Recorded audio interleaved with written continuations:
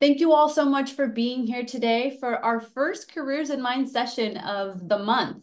We typically host a variety of sessions offered during the month of May, and this year just so happens that we sprinkle them throughout this week, and then we do have a variety of other virtual sessions offered this Saturday, May 18th, which we typically have not offered in the past. So we're hoping that this Saturday offering will allow students more flexibility if they're just too busy during the week, but yeah, so for students who are here just channeling their interest this moment for our first session, our Voices of Research Professionals, please know that there are other sessions available to you throughout this week and on May 18th if you are interested in that.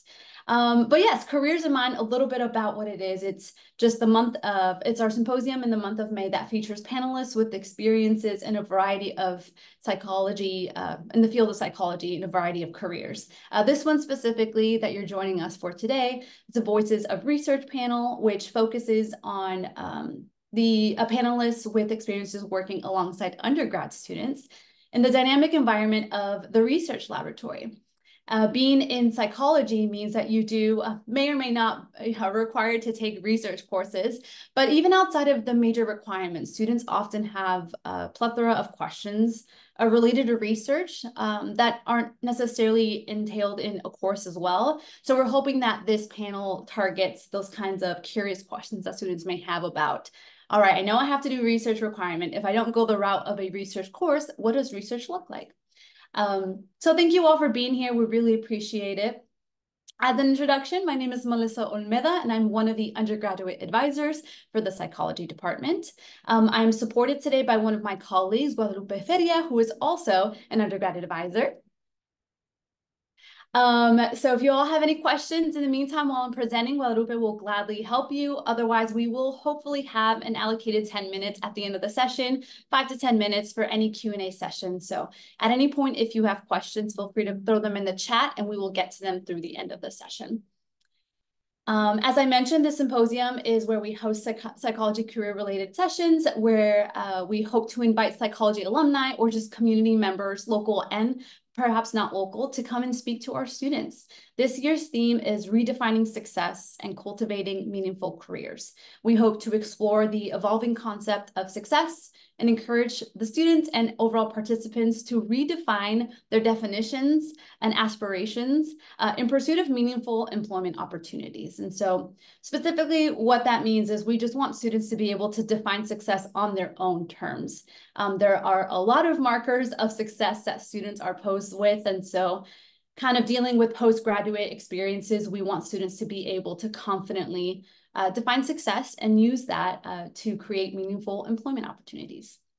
At this moment, I'd like to take the time to highlight our campus partners who made this possible. UC San Diego Alumni Association, who have helped us connect with our amazing panelists during this session and other sessions as well, and the UC San Diego Career Center. I also want to acknowledge the students on this call who took the time to be here today. We understand that there's a lot going on, both on campus and off campus. So we want to be mindful of everyone's time and respectful of everyone's bandwidth. So we really thank you here today. And we hope that today offers you some sort of guidance as far as postgraduate experiences are concerned. I will proceed to the next slide here. Just a reminder that we are recording this session, so just please be mindful if you are on camera. We'll be focusing mainly on the sessions and the panelists, but just be mindful of that. We recommend if you don't feel comfortable just to be off screen. And then just be mindful of the mute button as well. But just keeping in mind that we are recording this session for future reference. It will be posted on our Careers in Mind website. Perfect. The next thing we want to do is we also want to recognize and honor the native land that we are on at UC San Diego, even if just virtually, if we're chanting in locally or if not, by reciting this land acknowledgement. The UC San Diego community holds great respect for the land and the original people of the area where our campus is located. The university was built on unceded territory of the Kumeyaay Nation. Today, the Kumeyaay people continue to maintain their political sovereignty and cultural traditions as vital members of the San Diego community. We acknowledge their tremendous contributions to our region and thank them for their stewardship. Thank you so much. And a kind reminder to everyone here, if you are using this Careers in Mind panel towards your co-curricular record certification, or otherwise CCR, please fill out the Careers in Mind May 2024 CCR credit sign-in sheet, which Guadalupe will send on the chat. This will be used to confirm your participation in today's session. So it is critical that you do sign in on this. We will give you another reminder at the end of the session, but this is the way that we will validate your participation. So please, at this time, if you are using this for Psych CCR credit, please sign in via the link. We will share it at some other point too. All right, that concludes the initial parts there.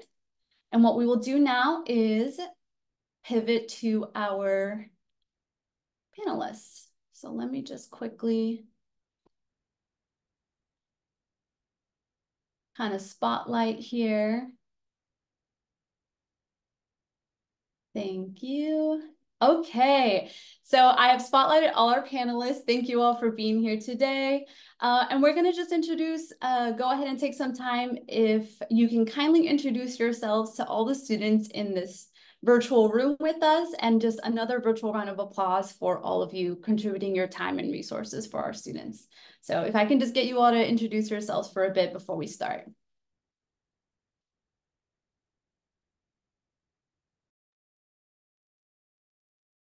I guess I'll go first.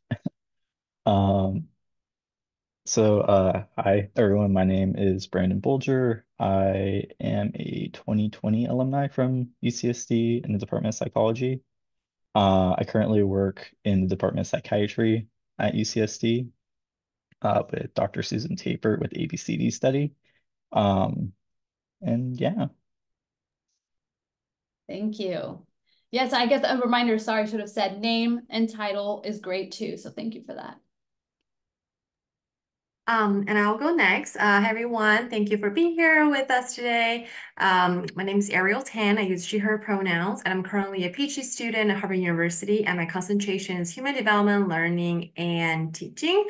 And I graduated back in 2015, so it's been a hot second. Hi everyone, my name is Angela. I use she, her pronouns, and I graduated in 2021. And I'm a little different. I'm working in a nonprofit as a research associate, and our nonprofit, WestEd, you can see it in my name if that sounds funny. It provides technical assistance, research, and evaluation services to education-related clients. So it can be anything from education technology companies to local school districts and even state departments of education. Thank you. And I think just even in the introduction alone kind of defines the need for this panel, because research is so diverse and you can do it in a variety of different ways and offer it. So I'm glad to be able to have this opportunity to give students a perspective about this. So thank you for introducing yourselves. We're going to start with just a little bit of some context as far as your current title. What does a typical day look like for you in your current title? And if you haven't already addressed a little bit specifics, just addressing what your current title is and what a typical day looks like.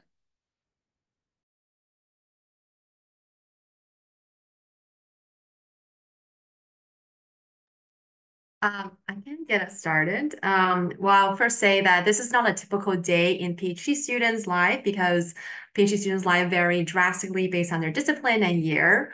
But that being said, so I'm currently a first-year student, which means that majority of my current trajectory involves coursework. Because usually in a 5-year PhD program, from year 1, year 2, you take a lot of coursework, and starting year 3 and 4, you do your research, whereas year 5, you're defending, writing, and hopefully graduating after you've defended your dissertation. Using this past semester as a frame of reference. So once again, I'm taking classes, and I have a colloquium on Monday. And usually Monday is my, get everything started day. I have my lab meetings. I have my other meeting with my other writing partner. So it's a more like admin heavy day with one colloquium. On Tuesday, it's just class back to back to back to back. So if you have the honor privilege of doing the 8 a.m. class, I'm right there with you, except my day ends at 6. Maybe yours ends at 9. I'm not really sure how the class schedule works now.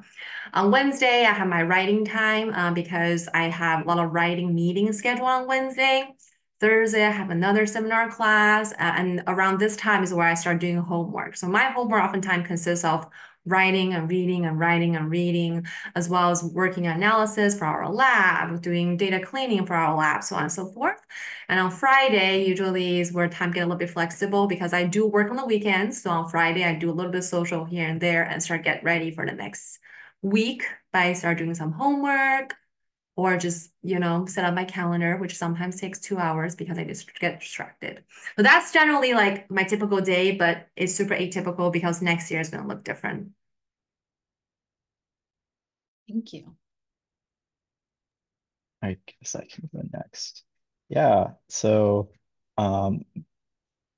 like I said, I'm a staff researcher at UCSD, and kind of similar, like each day is kind of very different. So my job entails working with an adolescent population, and my responsibilities kind of range from running an MRI and collecting data to data management in terms of like some of the sub-studies that we're running. I'm also in grad school with the University of Oregon, virtually, which they're offering that program, just kind of continuation of COVID, which was like really convenient for me. So a lot of my day to day is going from work to school and back. And so, but sometimes I do school during work. Mhm. Don't tell anyone, but yeah, just I say like 90% of my life is like psychology and psychiatry. So Um, at Weston, research staff are typically assigned to 5 projects or grants, so you can have a wide variety of content. For example, I'm currently on an evaluation team for Alaska's Trauma Engaged Schools Initiative. I'm also on an evaluation for LA County's Community Schools Initiative. I've also worked with some small education tech companies. Some of my colleagues are actually working with the YouTuber Mark Rober, evaluating his Crunch Labs. So again, my workday really varies during the season. It typically cycles with the academic season because we're working with schools. But that means I could have a couple of meetings internally where we're discussing what research methodologies we want to use. Because we're kind of applied research, we have the flexibility to do things like participatory action research, where we put the power into the participants' hands. And then I might have a project that's actively recruiting and collecting data. So I might spend an hour tracking and contacting participants, maybe another project in the planning phase. So I'll do an inventory of metrics to design instruments. And then I might have 2 projects that are finishing collecting data. So I might spend a few hours coding interview transcripts or cleaning and analyzing survey or publicly available school data in R, SPSS, or Deduce. And then maybe I'll spend an hour writing for a report. Or maybe all of my projects are in a lull and I kind of twiddle my thumbs at my desk or go run errands. Don't tell my bosses, but yes. I mean, I think a lot of that and how Brandon shared too is the realities of being in a post-pandemic world where a lot of those boundaries are kind of merging and kind of getting interesting. But, at the end of the day, things still get done. So you got to protect yourself and your time. Thank you all for sharing a bit of that. And I think for some context too, and I mentioned it briefly, a lot of our students oftentimes, at UC San Diego, specifically with psychology, they're required to complete research requirements if they're a Psych BS major or specialization. I guess if you remember, or if you took the route of a research course or you did an independent research, a Psych 199, what were the biggest differences between the two experiences? Because a student maybe can take a research lab course, but not understand quite fully like the data management, the data cleaning that everyone's talking about, right? So if you can just elaborate on the biggest differences you maybe caught up on that, or if you took a research lab course, how does that look now differently when you're applying the research in your current team? oh, go ahead, Angela. You So can you want go. me first? Okay. So I did the 199. I was a BA, but I kind of like flip-flop between whether or not I wanted to become a clinician or a researcher. So I just opted to do a 199 because I knew it was going to look good on my CV eventually. I was in Dr. Jyoti Mishra's lab, if anyone knows her. The name. Um, yeah, she's great.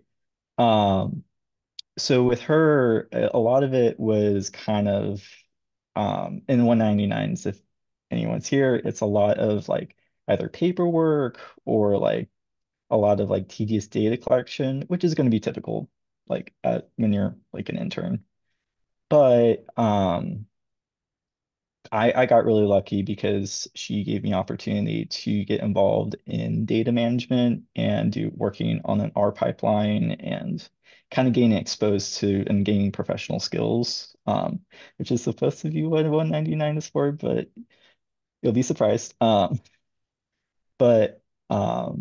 yeah, so like I'm glad I did it as a BA because I did get like kind of like a glimpse as to like what how a lab dynamic like kind of works as and yeah. Love that. Thank you.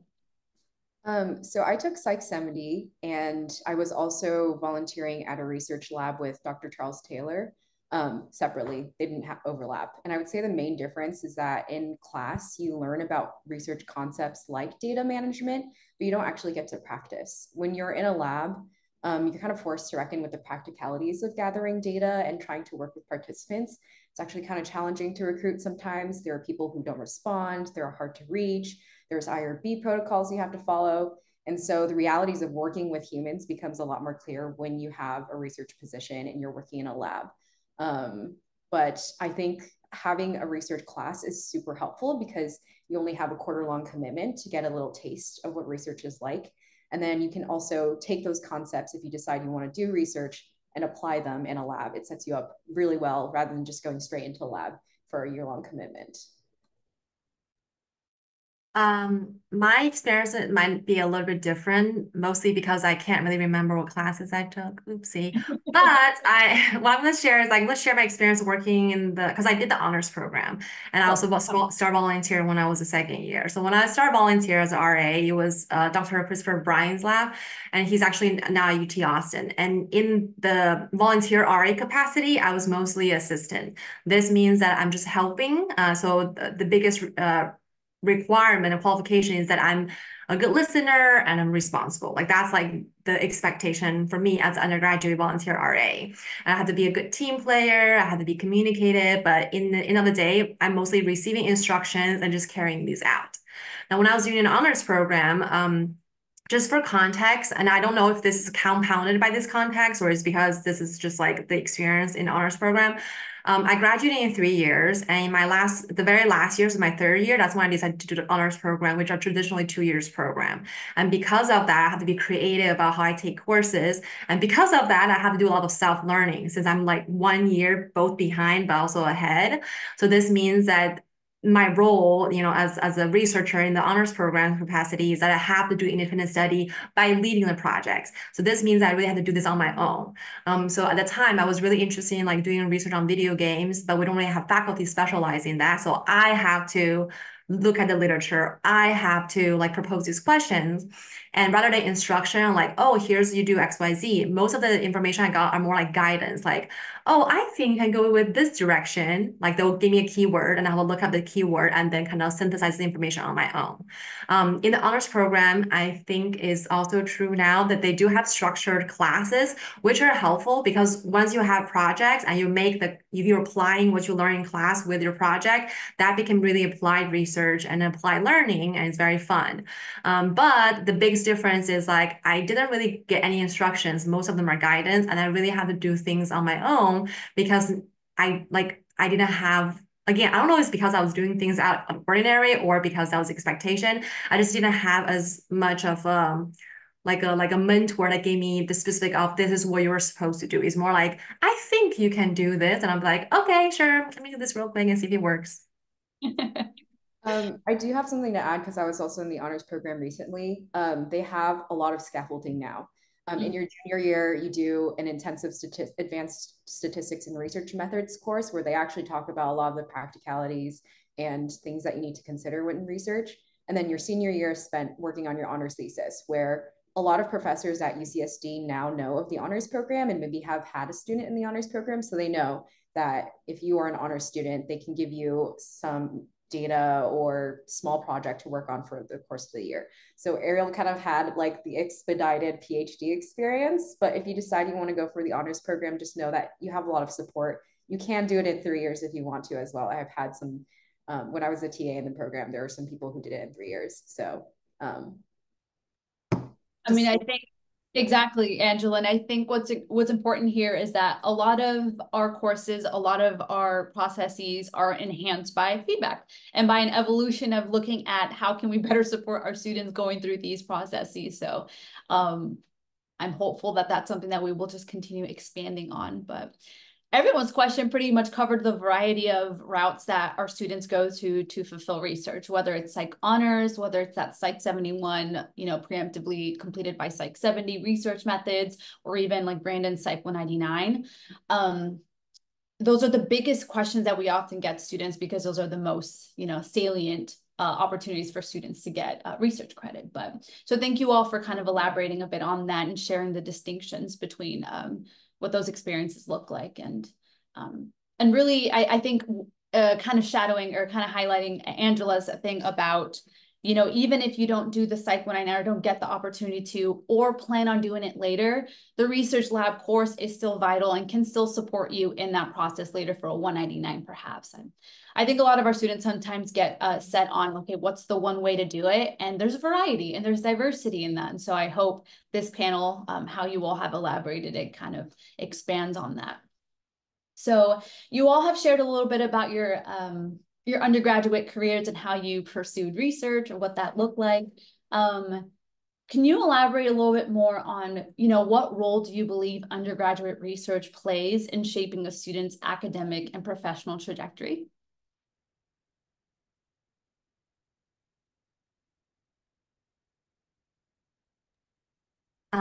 I can start. I love this awkward, eye contact. Like, is it you? Is it me? Anyways, I'll just get the party started. So I'm gonna briefly define. For me, I'm gonna define very narrowly, but I'm gonna define academic as like graduate school and the cognitive development that you have as a student, and the professional as your post-grad and career trajectories. So the academic side, I definitely think the research method and statistical skills are very important because if you are considering graduate school, these two are really important skill sets to have. You also showcase you the behind the scenes stuff, and most importantly, help you gain connections, because oftentimes you get to know people, you get to learn from their experiences, and they can share their past wisdom or some of the tips and tricks that have done that really help their academic growth. The cognitive element, what I was really referring to is I really think research allows you to really, really practice critical thinking skills. And because you're working in a team environment, you are in a way synthesizing information, creating knowledge. So it kind of stimulate the creativity part. And you're also asked to do things in a meta level where you're consuming all the literature and think about ways in which there might be a research gap or ways that you can solve a worldly problem. And I think that it's a really, really great skills to have, and oftentimes a hard skill to even define. So I think critical thinking is definitely something that research can help. For the professional trajectory piece, I think doing research give you a lot of transferable skills, which is the concept that you might not have the exact same skills that a particular or experiences that a particular job is asking for, but you've done similar things. So in research, we definitely have done some project management here or there. You've definitely done some administrative skills, whether or not it's corresponding with participants or with team members. If you work in data collection capacity, you've definitely worked in customer service. And the fact that you were in a research team also means that you have experiences working in teamwork and have improved communication somehow. And all of these skills are really, really important no matter what kind of role you're going to get, whether or not it's in academia or private, is in research or HR or something else. But I think those are two ways that research can really help you.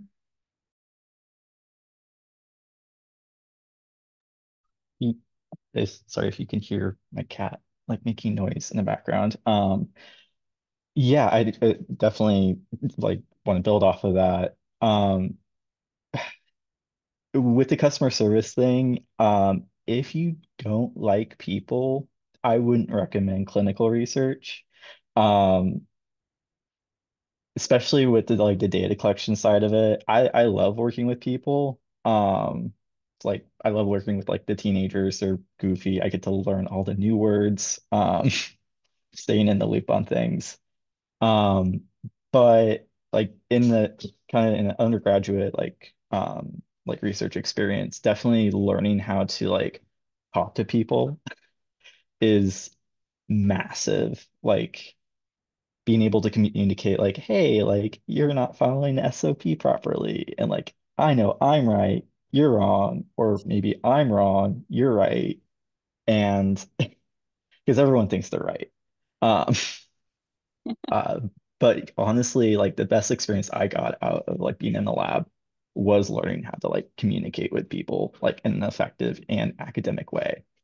But also like getting to know other people on your team, like, oh my gosh, I'm also a nerd about this.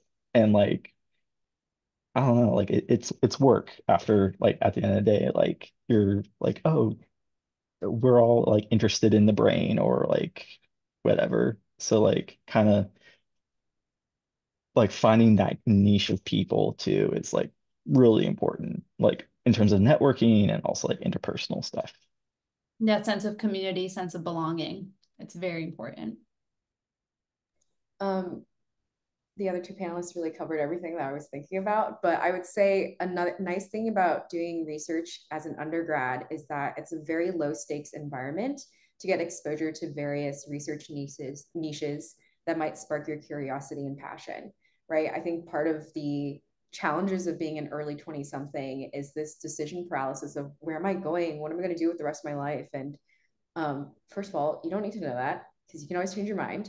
But the second of all, if you are exposed to undergraduate research, that opens up that wealth of information and pulls behind the curtain so you can get a better sense of what's out there and maybe do a little taste testing, some sampling.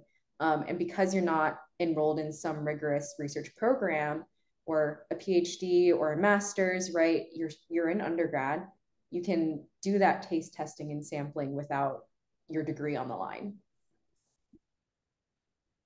That's a very valid point. Is a lot of the times a student's undergraduate career is very much in some ways low stakes experiences before you go out into the real world, before you go out and have to navigate it. Sometimes what it feels like on your own, right? So an undergraduate experience is very much a really critical way for students to get that insight in ways that are a bit more safe or in ways that are a bit more validating, perhaps we would like to believe for undergrad students in these spaces.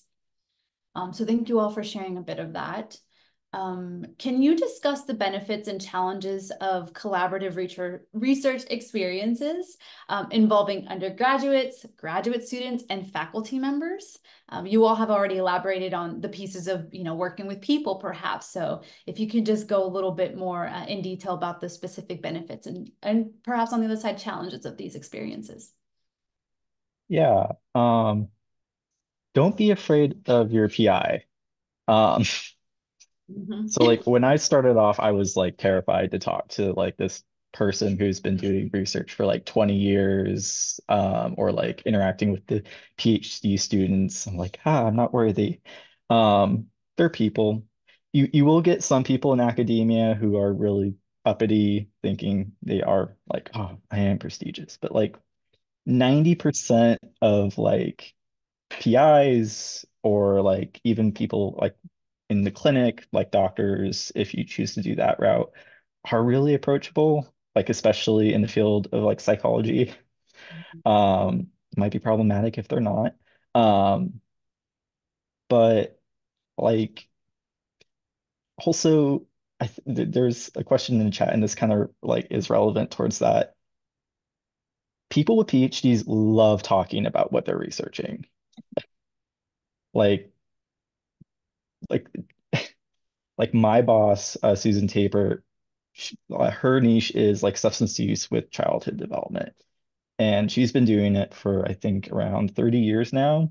Still has that like passion of just like going off and talking about it.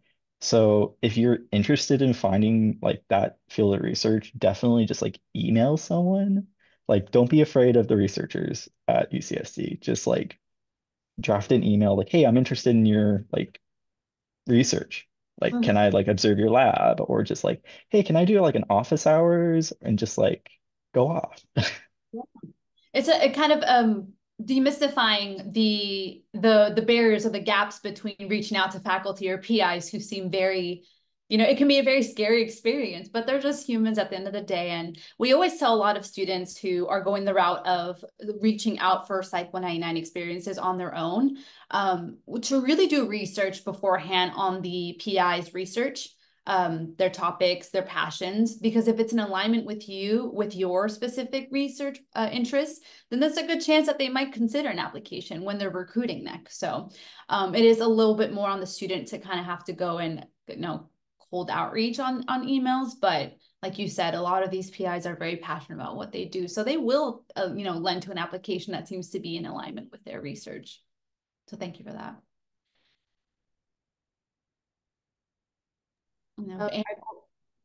I'd also say that a lot of these PIs and psychology researchers and professors really enjoy mentorship. Like they really love helping young folks who are excited, passionate, curious. Just if you indicate any sort of intrigue into what they have to say, like Brandon said, they'll likely be more than willing to talk to you at length, maybe too long, about what they're doing. So I'd say, I mean, this is already said in the chat, but just talk to them, just ask them questions, be curious. And at the end of the day, like, know that you are worthy, just because you don't have the same experience that others might have, you are a sponge. You got into UCSD, like, that's amazing. You're already there. And I would say, like, even though there are people with like wealth of information, don't undermine your own expertise. There's something really special about a fresh perspective because research has been around for so long. There may be people who are really stuck or glued to their traditional research methods, but if you come in with something really, a more equitable mindset or something new, that's really valuable too. I did everything that Brendan and Angela said, and then just to share like a concrete story and example. The reason why I did the 1-year honors program was because there was a question that I was really interested in, but I was like, oh, there's no way I can do it because, I'm too behind time, blah, blah. But people in my lab were really, really encouraging because there was 2 honor students who I was helping on their project. And they're like, here are the stuff that we have. Here are the resources I have. This is what you can do. And they really helped me put together an application proposal to complete it in a year. So if it wasn't for them, I probably wouldn't have done it. So I really think that the relationship aspect of working in these kind of research environments is really, really nice because people are genuinely caring, despite a systematic challenge within higher education, people who in higher education are generally caring, they generally love education, and they are really empathetic. The one particular challenge, because I know the question was about benefit and challenge. So all the benefits is true. There is a particular challenge, and I think is not unique to research in the sense that I think this is pretty true in any kind of organization, is that sometimes people might not always see the big picture. Because in here, when we say a research team, you have graduate student, faculty, and undergraduate student. And sometimes you have other stakeholders too, which this question didn't really cover.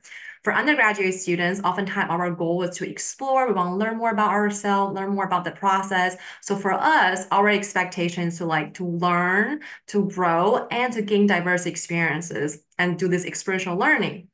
For graduate student, on the other hand, which is in my position, right, I am focusing on, what is my research topic and how do I complete it? So for me, when I do research, is both exploratory, but also more about like efficiency, because here's the timeline I have to collect data.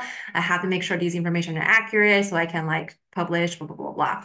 And for faculties, and I happen to know this because I was previously a lab manager, and it was a really interesting experience managing everybody's expectations, because faculty is oftentimes like 5 years ahead of the lab, in the sense that they're working on grants, they're writing papers, they're going to conferences, talking about the next like research trajectory.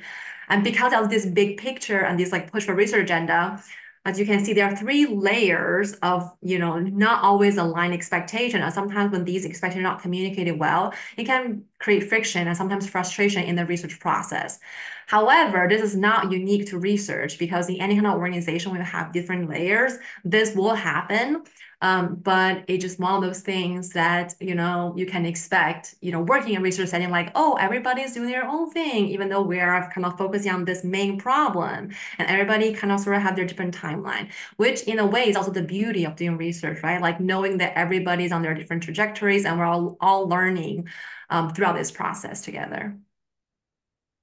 I love that. And I think you bring a vital point as far as like, this panel specifically is Voices of Research, highlighting you all in the context of, how research pertains to undergraduate students. But you're so right in that if you do decide to do research after UCSD, which a lot of our students do, that context of research as it applies to an undergrad student will evolve and change. If you become a grad student and now doing research, now conducting research, or if you become a lab manager, now focusing more on the, like administrative task, or like a little bit more like the business side of maintaining and facilitating a lab. So it's really cool to hear all these perspectives and kind of elaborate and give these perspectives for students who are still kind of trying to understand what research entails.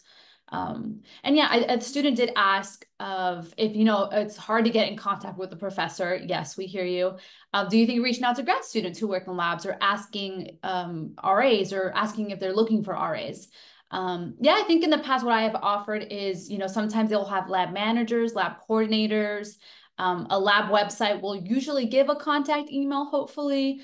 Is there any other, point of contact that you all can offer for students trying to get into contact when the professor or the PI is not available? Yeah, so one of my close friends who I met in my current lab, she was trying to get into our current lab, but she was a student at Point Loma, which great school, but not a lot of opportunities in what she wanted to research. Um, so what she did was kind of just once in a while would like, hey, I would just like she followed up a lot. Um, she might have followed up too much, a little stalkerish of what she did, but it worked. So, but I think the like, don't be afraid to follow up. Like, hey, like a few weeks later, like, just like want to follow up with this email or like, don't be afraid to like call. Um, I had to get over my phone anxiety in my current job just because I do phone interviews as a part of it. So yeah, just if you straight up call the lab number and someone picks up, it's like, hey, can I get a lab tour? Or like I have a few questions, or to just be direct as possible, I think.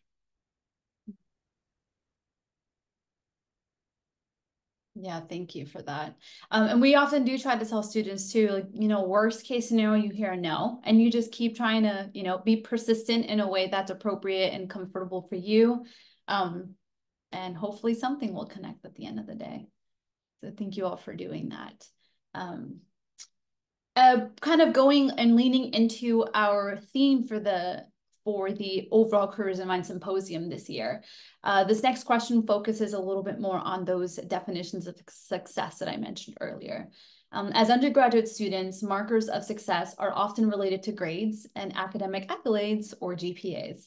How can individuals navigate the balance between pursuing traditional markers of success, which can be rewarding as well, but also prioritizing personal fulfillment and purpose in their career journeys? And like, how can they redefine markers of success in a postgraduate world? I could stand on the soapbox all day long, but there are probably like three main things I would say. The first is that there are many definitions of success out there, and many of which you haven't heard of yet. Like I had no idea the nonprofit space existed. And now I'm here, and my original definitions of success are still there, but I have others I can pick from. So if you feel limited or confined by what you think is success right now, go look out for different ones or make your own. And the second thing is that success will definitely change throughout your life, depending on what phase you're in, what happens to you. And that also means you have the freedom to choose something different if you're not happy with what you're doing. I think the third thing is that after school, people's paths get increasingly windy because you're no longer following a prescribed 4-year trajectory to grad, or 3 or 5 year trajectory to graduate. So every decision is up to you, which means success is up to you. And I'll finish my little soapbox TED talk with this quote from Ira Glass that I heard when I was in high school, and I was terrified by the pressures of achievement. He said, "You will be stupid. You will worry your parents. You will question your own choices, your relationships, your jobs, your friends, where you live, what you studied in college, that you went to college at all. If that happens, you're doing it right." I love that. Thank you. My own journey in undergrad at UCSD in terms of my definitions of success, and I guess consequently, like on paperwork, what success looks like was a roller coaster. Like I said, I graduated in a year that didn't have the infrastructure to accommodate a pandemic. So like being transparent, I graduated with a 2.9, which is not ideal. But how I was eventually able to get to the place where I'm at now is because I also during that time invested in like volunteer work. Like I pursued in like getting like being a like mental health advocate like through psychi, if anyone here is involved in that. Or I don't know if Active Minds is still a thing. But just being involved on campus as like an advocate, I at the time didn't think was like something as like that experience was like an achievement, but in retrospect it really was, and so it kind of helps me now as like, oh cool, I know how like what are the problems people are facing, or like I know how to listen to people and for them to communicate that now. I mean, now I'm not, the GPA isn't really an issue now because I'm doing way better in grad school. But I think in the moment it like it's really discouraging if like you're going through a life event, your GPA isn't feeling great. Um, it really takes a hit on your like self-esteem and like, but like I forgot who said it, but like you got into UCSD, like that is a massive achievement in itself. Like I think especially for like anyone who's a transfer student, because I was, there's a large sense of imposter syndrome. It's like, oh my gosh, it was a mistake that I got in. But like it really wasn't though. Like you're here for a reason. Like all the skills that you're acquiring are going to like help you get somewhere eventually to where you want to be. So it in the moment just doesn't might not feel great, but just know it gets way better. Thank you. I've done these kind of panel a few different times, but this is like by far the hardest question. And I was like, oh my gosh, how do I answer this? And in fact, there's a faculty here, her name is Nancy Hill. She studies purpose to showcase how like how hard this question is because this is someone's dissertation right here. And my answer has twofold as well. The first one is what I call the professional answer. Like this is like things I like to say about like the general post-grad plan. And the second part is more philosophical, kind of like, here are just some of my general thoughts. So the biggest advice I can give to people is that people in the workforce actually care more about experiences and transferable skills like 10 times more than the grades themselves. When people are quote unquote like they worry about low grades, it's not because they're judging you, it's not because it's evaluation, like, oh, this person is capable. Oftentimes it's logistic, like, oh, if we want someone to start in summer, is this person graduating in time? Like that's usually why people can be a little bit concerned about transcript. But that being said, if you can describe and discuss your experience in the cover of the interview, you don't really have problems. Because again, like your transcript is not a reflection of your ability as a person. It's just an academic record, just like your medical record.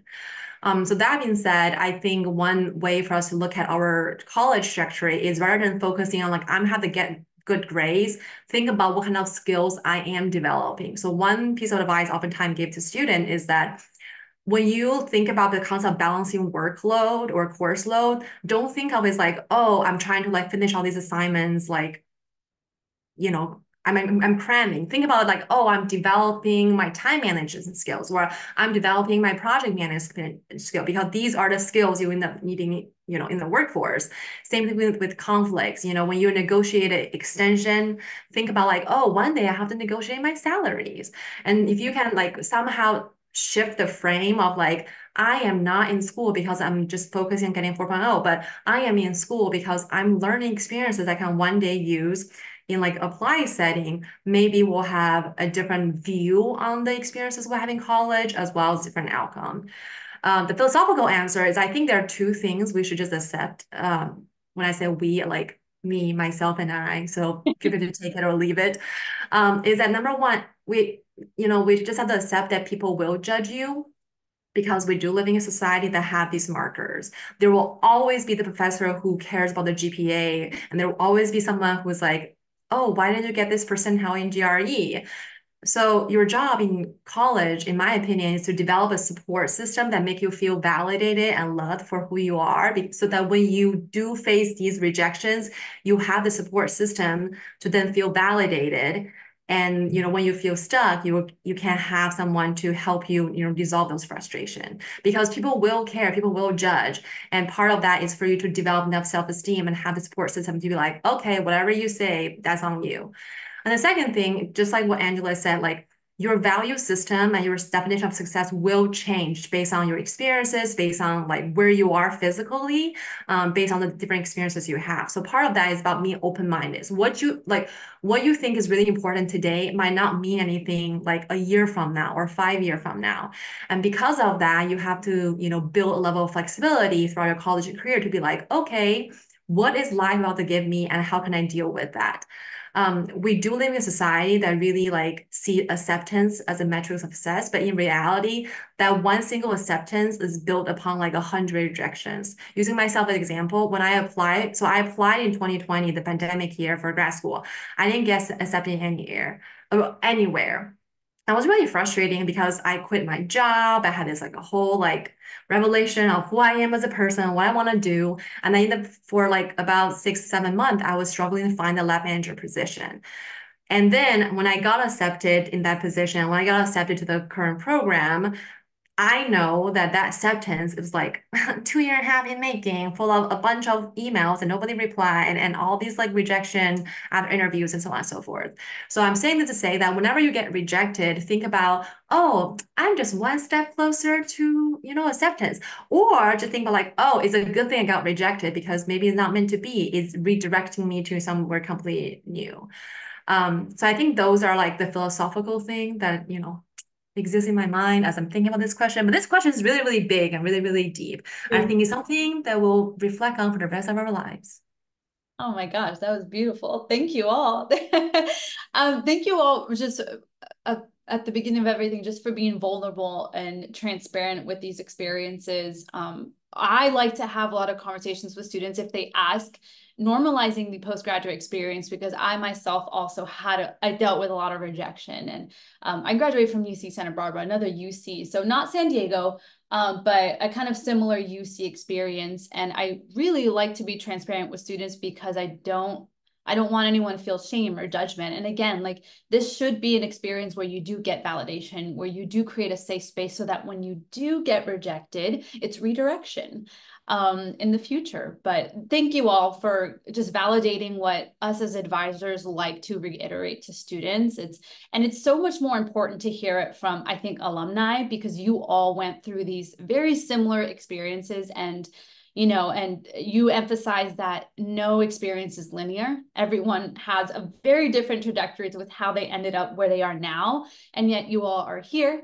And it seems like you are thriving, hopefully, and in a position that gives you all value and is supporting your personal and professional interests. So thank you all for taking the time to reiterate these values to students who need to hear this, especially right now. At this time, these are all the questions that we have aligned for our students. The students who are still on the call, if you have any questions, feel free to utilize the chat. This is your time to ask away any questions that you may have. that they can be related to the theme. They don't have to be related to the theme. Anything that you want to ask our panelists, while we have them right now, we will utilize the next couple of minutes we have there. I did get a direct question from a student. I will say here, let me try to find it. I think this was in reference to Angela's disclosure about the psych honors program, but I know that Ariel, you also have experience with that too. What is the difference when taking the honors program in 2 years compared to 3 years? Or 1 year, perhaps? Yeah, it's signed for 2 years. So if you try to do it in 1 year, it's either 2 or 1. Yeah. I can only speak from the 2-year experience, because that's what I went through. And what's really nice is that they've designed it for 2 years at this point, where your junior year, you're learning all the foundational concepts, and then in senior year, you're applying them. This is kind of a sidebar, but something really nice through the honors program that helps me feel really calm about research as an undergrad and post-grad is that they bring in professors from UCSD to talk about their trajectory and their research. And so you hear from professors directly, I got rejected 100 times, or I went and did like a semester abroad just taking pictures of birds, and then I came back and decided to pursue a PhD. So that's something really nice if you decide to do the 2-year track. I'm not sure what it's like to do it in 1 year nowadays. You do have the option of just taking a couple of the junior year courses without doing the honors thesis, but I'd recommend reaching out to Dr. Geller or Dr. Heyman or whoever's running the honors program nowadays, and just asking what that's like and how they can make it work for you. Yeah, I agree. I think if you do have any questions around that, Dr. Heyman, Dr. Geller, or even just starting with us as advisors, we can refer you to the appropriate source. But if you do have questions, I think traditionally now it is very much structured for 2 years.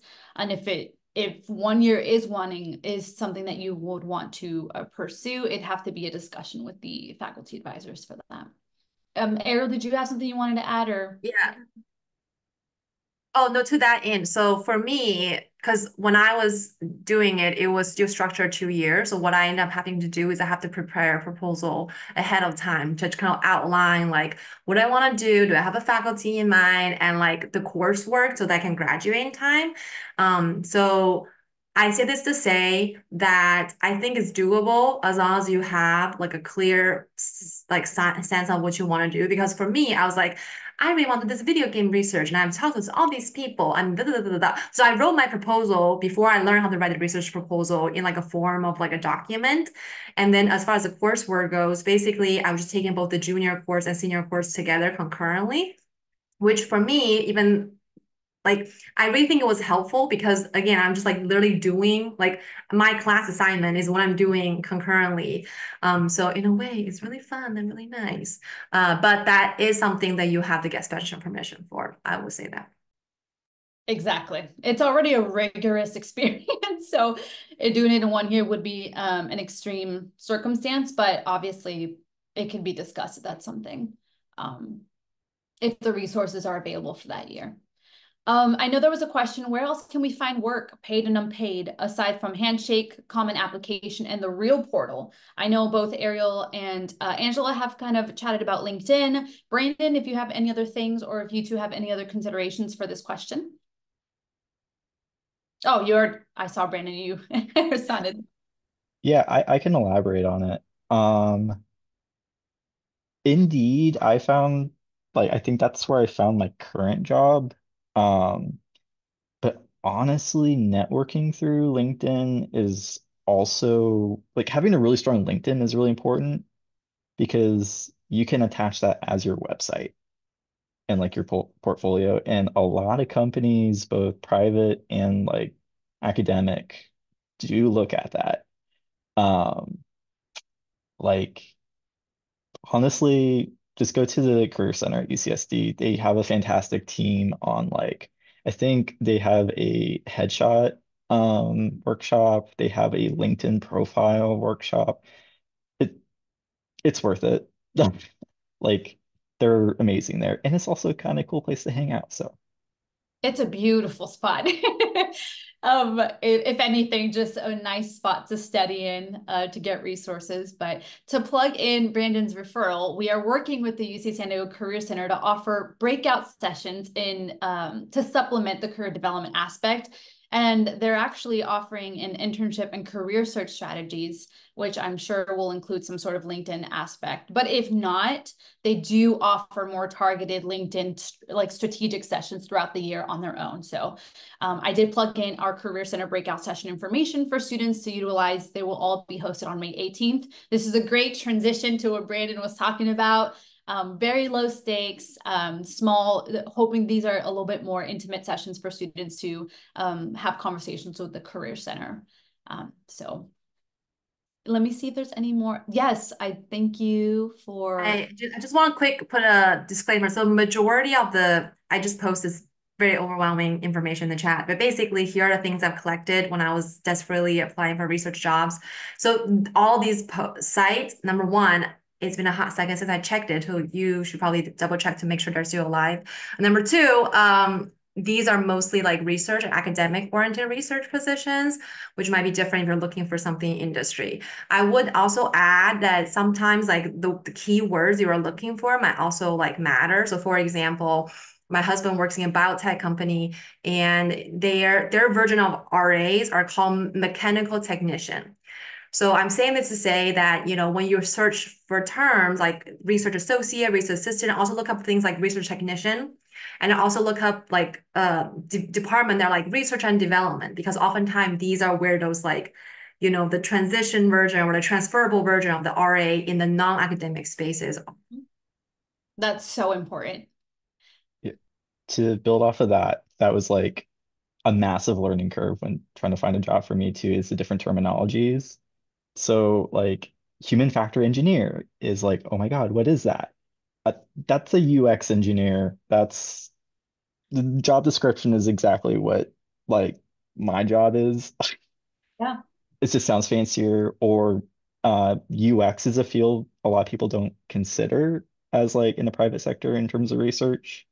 But yeah, Googling different terms is absolutely helpful.